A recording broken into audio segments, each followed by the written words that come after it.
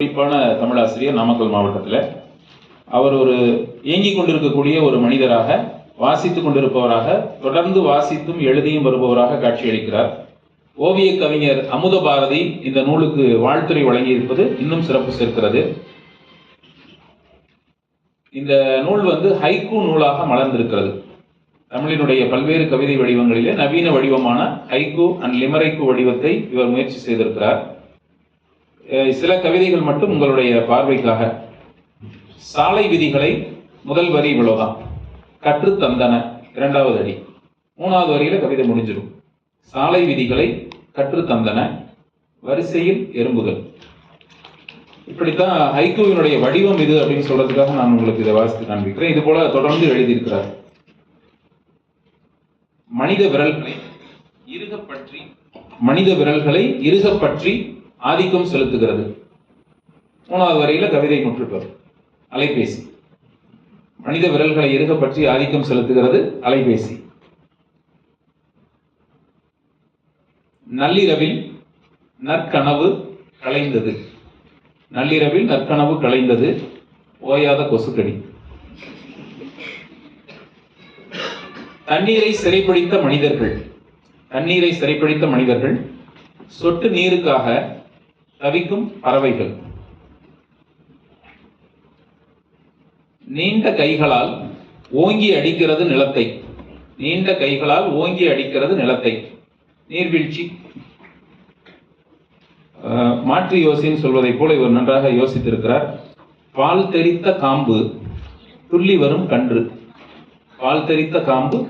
கன்று. ஏமாற்றிய பால்காரனா கன்றுக்குட்டியோட ஓனரா? யார் ஏமாற்றினாங்க அப்படின்னு.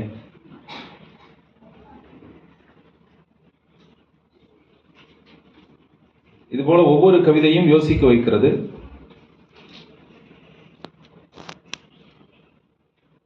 தாய்மொழியில் கரையும் காகம். அந்நிய மோகத்தில் மனிதன். சிறைப்பிடித்த கோபம் சீறிக்கொண்டு பாயும் மடை வெள்ளம். நம்ம டேம் கட்டி தண்ணி தேக்கி வச்சிருக்கிறோம், அணை கட்டி. அது சிறைப்பிடித்த கோபம் தண்ணீருக்கு இருக்கிறதா, சீறிக்கொண்டு பாய்கிறதா வெள்ளம். அப்படியாக மாற்று சிந்தனைகளோடு ஒரு மிக சிறந்த கவிதை. நிறைவாக ஒரே ஒரு கவிதையோடு இந்த நூலை அறிமுகம் செய்து நிறைவு செய்கிறேன்.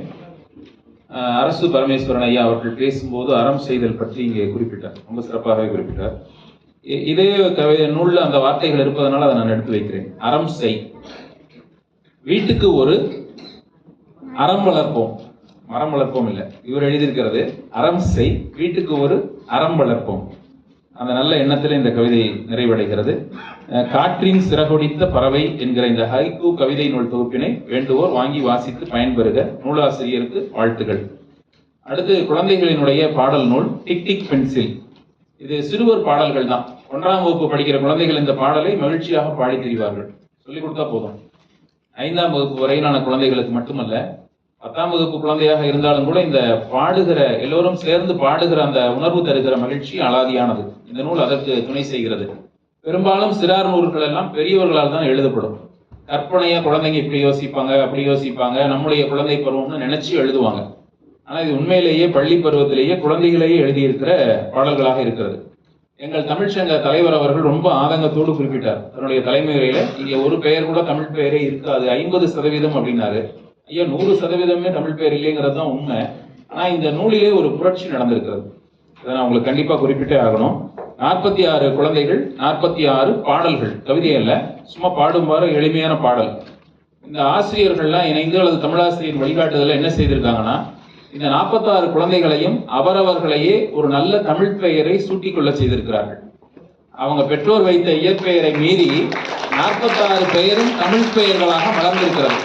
அந்த அவர்கள் பெயருக்கு முன்னாடி அதை அடைமொழியாக வைத்துதான் இந்த பாடல் நூலிலே வெளியிட்டிருக்கிறார்கள்.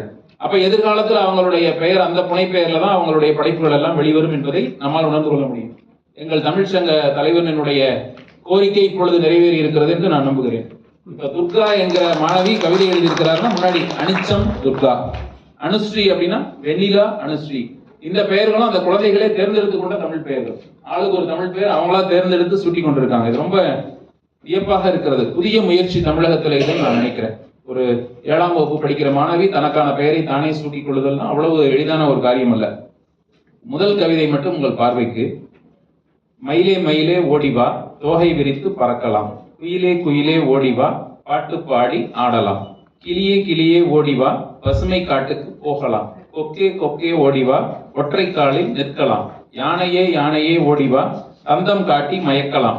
குரங்கே குரங்கே ஓடிவா, விருந்து சாப்பிட போகலாம். பூனையே பூனையே ஓடிவா, பால் குடிக்க போகலாம். மனிதா மனிதா ஓடிவா, மனிதம் வளர்த்து பழகலாம். அந்த கடைசி வரிதான் அந்த பிள்ளைகளினுடைய உச்சகட்ட சிந்தனையாக இருக்கிறது.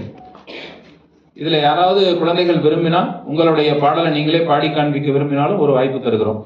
யாராவது தயாரா இருக்கீங்களா? 46 பாடல்கள் இருக்கு.